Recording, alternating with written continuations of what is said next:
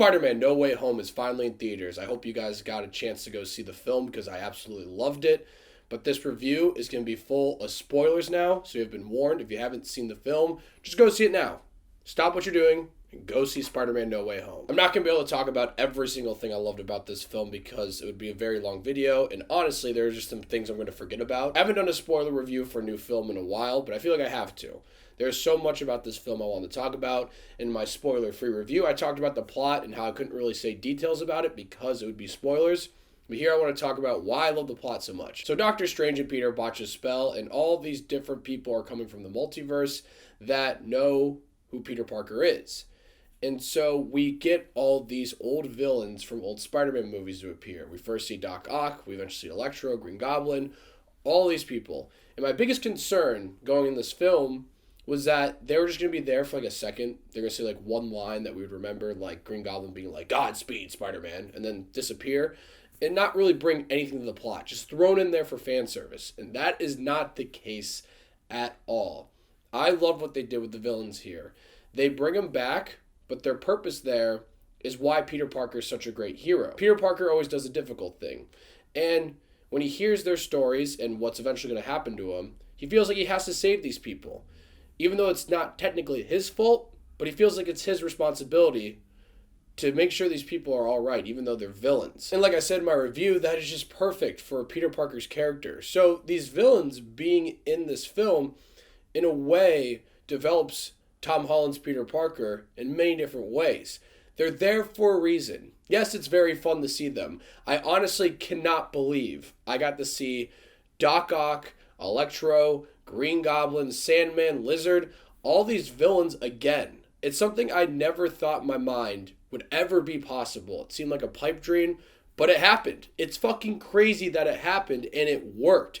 It was incredible. Like, all these villains aren't bad people. Like, Doc Ock gets the chip fixed in his neck, and he instantly turns into the Doc Ock that's a nice guy, that's always want to learn about science, that works with Peter.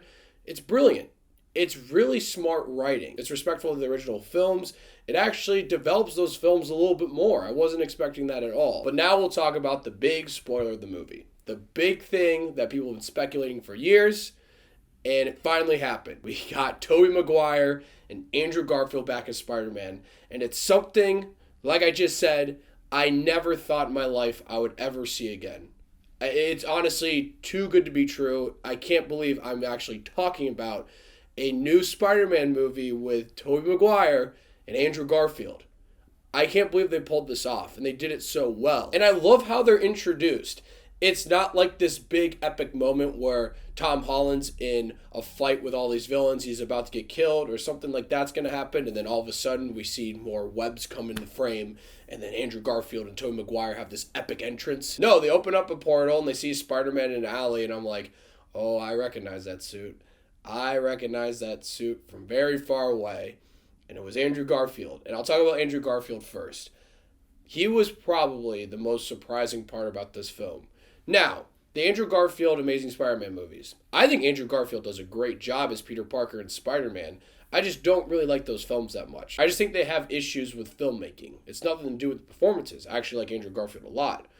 But what they do with this character here, I thought was so wonderful. He was so goddamn funny. He had me on my ass so many different times. He was fucking hilarious. And they bring a little bit of depth to his character. He talks about how he's still beat up about Gwen, which, you know, that's probably still the darkest moment in all these Spider-Man movies. And he said he stopped pulling the punches. It means he probably went down a very dark path full of rage, and he actually started killing people. And as fun and as funny as he is in this whole entire film, I think about that a lot. I'm like, damn, that's fucked up. That's just really dark. He was just awesome in this. He was charismatic.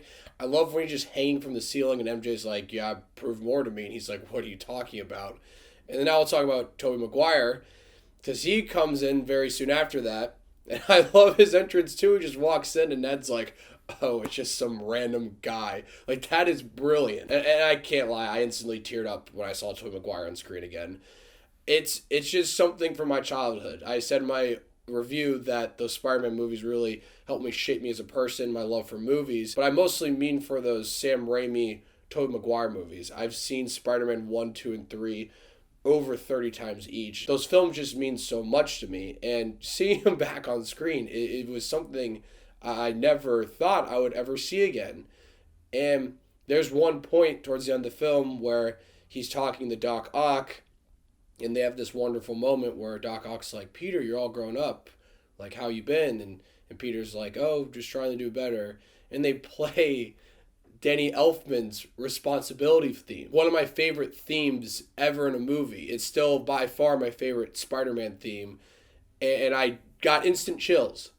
Like, I can't believe they pulled this off. It was just wonderfully done. They didn't overdo it. They didn't throw all this shit in your face. And it was just done perfectly. And even the moments with Andrew Garfield where he's talking to Max, they started playing the James Horner theme that I haven't heard in a very long time. That theme I prefer more than the Hans Zimmer one. And I'm glad they picked that one.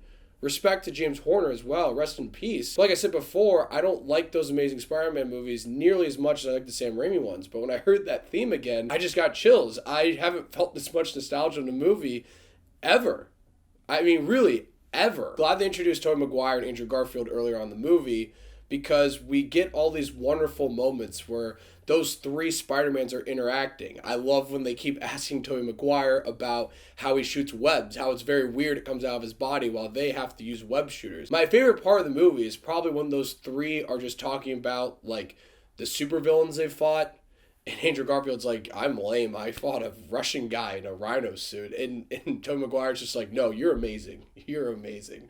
Like, that's just fucking awesome. But I could watch a 3-hour movie of that. Those three just talking about their adventures, the villains they fought, the things they've been through.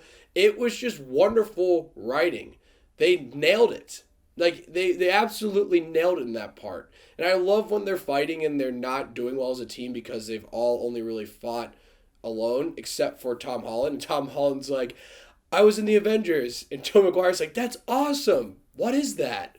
Like, it's just so great. I'm literally fanboying right now about it. And I'm just so happy they didn't ruin it. I'm just so happy they didn't fucking throw everything in your face and make it really stupid and just fan servicey, like, honestly, Ghostbusters Afterlife. They were respectful. It was the right amount. It was the perfect amount that they needed to put in this film. And like I've been saying, it makes sense with the overall plot and what they're doing with Tom Holland's character. I'll talk about that now. Because I saw the film on Thursday. It is now Saturday when I'm filming this. And I am just more appreciative of this film and what they really did for Tom Holland's character. It was a lot of fun to have all this fan service stuff in there, but it was all there for a purpose to develop Tom Holland's character.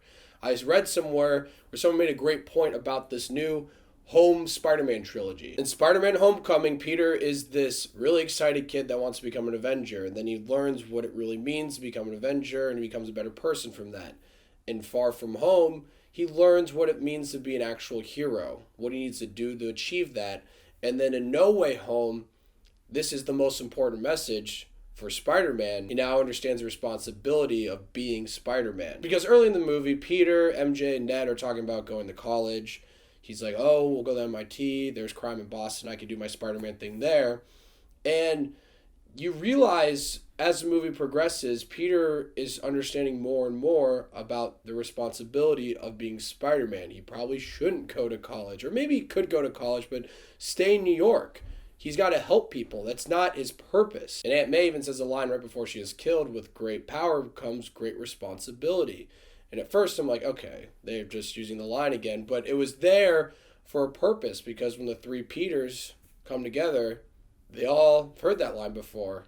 They tell Tom Holland, they're just like, yeah, this is part of it. She didn't die for nothing. So at the end of the film, when Peter has to make that decision with Doctor Strange that he's going to make this spell for everyone just to forget who Peter is. Just everyone's going to forget, so that all these other villains aren't coming through the multiverse, and everyone is safe. But no one's going to know who he is. Not even Doctor Strange. No one. And Peter finally realizes the responsibility of being Spider-Man. It feels like now in this film, he has become Spider-Man. I really like those first two home movies, Homecoming and Far From Home. But everyone's biggest complaint is that Spider-Man just seems like a kid. He's like Spider-Boy, which, yes, I think it fits well with what Spider-Man actually is, but they're absolutely right. That's kind of the feeling when you watch those two movies. This is the first Tom Holland movie where I feel like he is Spider-Man now. Like, he's very much matured. He understands the responsibility of it. And even at the end of the film, he's now in that shitty New York apartment, just like Toby Mcguire was in Spider-Man 2. He's listening to police scanners, just like Toby Mcguire was in Spider-Man 2. And he understands being Spider-Man, you got to sacrifice a lot of things. He goes back to MJ and Ned, but then he realizes he can't hang out with them. He can't be together with them because it puts them in harm's way, and he has bigger responsibilities now. And it's so heartbreaking. It's crushing. It shows why being Spider-Man would actually suck. Because it would be cool to have the powers, fight the bad guys and do all that stuff. But at the end of the day, you're filled with so much responsibility that you can't be around the people you care about. You can't do the things you want to do. You can't go to MIT. You can't do any of that. And there's a lot of horrible things that happen to him. And that's why I think this movie, the more I think about it, absolutely nailed it with Peter Parker and why he's a wonderful hero and why it's a hero we look up to. And he's also a tragic hero as well. This movie really did end on such a depressing note. I mean, that is some dark shit. I mean, this is the lowest we've seen Peter Parker get to because now he literally has no one. Not even the Avengers. He couldn't even be like, oh, I gotta go do Avengers stuff now. I can't hang out with them. I'll just go hang out with the Avengers now. They don't even know who he is now. And that's just really sad to think about. And I said in my review that the movie takes risks, and I absolutely think this is a big risk that they took, and I think it really paid off. And I'm extremely excited to see moving forward what they're going to do with Peter Parker in the MCU, and how it's going to tie in with these bigger MCU projects, but also this other trilogy we're going to get for Tom Holland's Spider-Man. And honestly, fuck it, if this movie gets a lot of praise and everything, which it is already, I hope they push for Spider-Man 4 with Toby Mcguire, and even an Amazing Spider-Man 3 with Andrew Garfield. I'm all for it. Honestly, fuck it. I want to see more of it. Try to think if there's anything else I want to touch on. Oh, I love Green Goblin in this. I mean, he ends up being Peter's worst enemy ever. They nailed it with that. Willem Dafoe's performance was just so awesome. It's creepy. The Green Goblin ruined Peter's life. He took Aunt May from him, and now he's taken everyone from him because they have to cast a spell because he threw the grenade, whatever it's called, the bomb in the box, and it ruined everything. So yeah, I love what they did with Green Goblin as well. The last thing I want to say is I'm extremely happy how this film turned out. When there's a Disney production or a Marvel production, it's automatically going to make a lot of money, and you can get to the point where you really don't care what you're putting on screen because you're going to sell tickets no matter what. And throwing in all that fan service and all of that, yeah, that's going to sell more tickets. So I understand why they did it. But they could have easily have done it in a way where it was just not tasteful and just there to make money. But it seems here that the writers and the creators clearly understand why us as an audience love those movies so much, why we love Spider-Man so much. So they actually took their time and care to give purpose for those fan service moments and really emphasize on the points that make us really love Spider-Man and made a great Spider-Man film from it. I hope they realize, and I think they do, is when they take their time with this shit and actually put an effort to make a good film, that people are going to go see it and you're going to sell more tickets. Example of that not working out was the Amazing Spider-Man 2 film, where they were trying to set for Amazing Spider-Man 3 and people hated it so much that it literally lost the studio's interest. Spider-Man lost the studio's interest because they didn't put the time and effort to make sure they made a good movie. Here they did. Here they nailed the points of why we love Spider-Man, and I'm just happy they pulled it off. I mean, like I said, I did not think in my life ever again that I would see Toby Mcguire and Andrew Garfield as Spider-Man again. I never thought in my life. It is fucking crazy. I am making a video right now talking about another Spider-Man movie with those guys in it. It's crazy that it's a thing that we got to see. It really is incredible. I've never felt this nostalgic in my life for a movie, honestly.